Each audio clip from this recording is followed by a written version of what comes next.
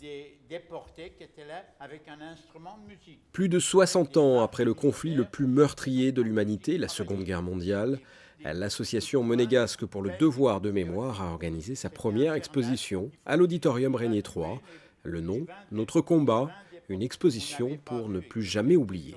J'estime qu'une période aussi tragique qui s'est présentée avec autant de déportés, autant de résistants qui sont partis se faire tuer dans les camps d'extermination ou de concentration, on ne peut pas simplement en parler comme ça à l'occasion de festivités entre nous.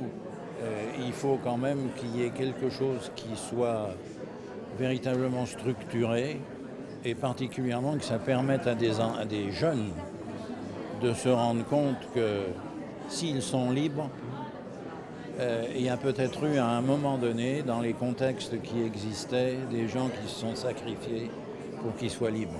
Des résistants et des déportés étaient présents lors de l'inauguration, ils ont apporté leurs témoignages.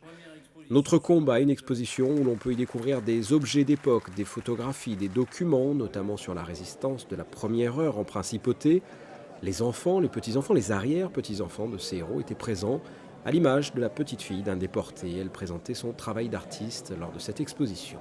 Les premières pièces que j'ai réalisées, c'est justement sur l'impression d'enfermement et quelque part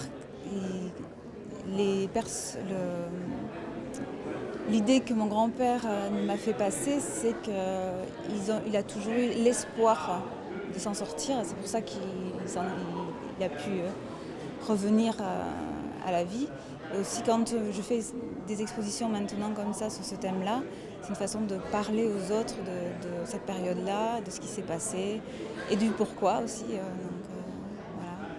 Une exposition, un véritable devoir de mémoire à l'Auditorium Régnier III à découvrir jusqu'au 8 juin.